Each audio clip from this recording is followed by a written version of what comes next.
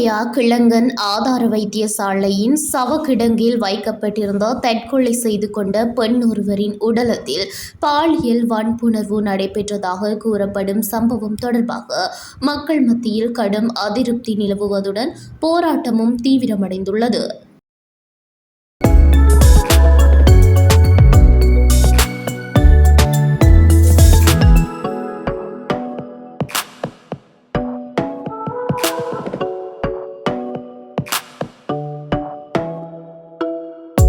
கடந்த 24ஆம் தேதி ஹட்டன் எபோர்ட்சிலி தோட்டத்தைச் சேர்ந்த தொழிலாளி பெண்ணொருவர் தற்கொலை செய்து கொண்ட நிலையில் அவரது உடல் டிக்கோயா கிளங்கன் ஆதார வைத்தியசாலையின் சவக்கிடங்கில் வைக்கப்பட்டிருந்ததாக தெரிவிக்கப்படுகின்றது.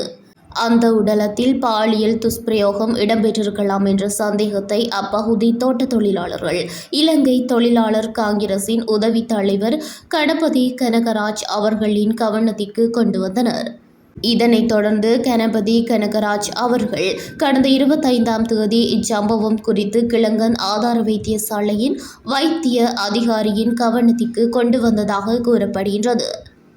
ஆயினும் 8 நாட்களாக இது குறித்து எந்த நடவடிக்கையும் எடுக்கப்படவில்லை என கூறி எபோர்ட்சிலி தோட்ட மக்கள் கடந்த 4ஆம் தேதி வைத்தியசாலை வளாகத்தில் ஒன்று கூடி போராட்டத்தை நடத்தினர். மரணித்த பெண்ணின் உடலத்திற்கு சவக்கிடங்கில் என்ன நடந்தது என்பதை குறித்து முழுமையான விளக்கத்தை வழங்க வேண்டும் என்றும் சம்பவத்துடன் தொடர்புடையதாக கூறப்படும் வைத்தியசாலை ஊழியர்கள் மூவரையும் உடனடியாக கைது செய்ய சட்டத்தின் முன்னிறுத்த வேண்டும் என்றும் அவர்கள் கோரிக்கை விடுத்தனர். இதற்கிடையில் டிக்கோயா கிளங்கன் வைத்தியசாலையில் பணிபுரியும் மூவர் மேற்கொண்டதாக கூறப்படும் இந்த தூர்நடத்தை சம்பவம் பொதுமக்கள் மத்தியில் கடும் எதிர்ப்பை ஏற்படுத்தியுள்ளதுடன் நீதி கோரி மக்கள் போராட்டம் தொடர்ந்து நடைபெற்று வருவதாக தகவல்கள் தெரிவிக்கின்றன.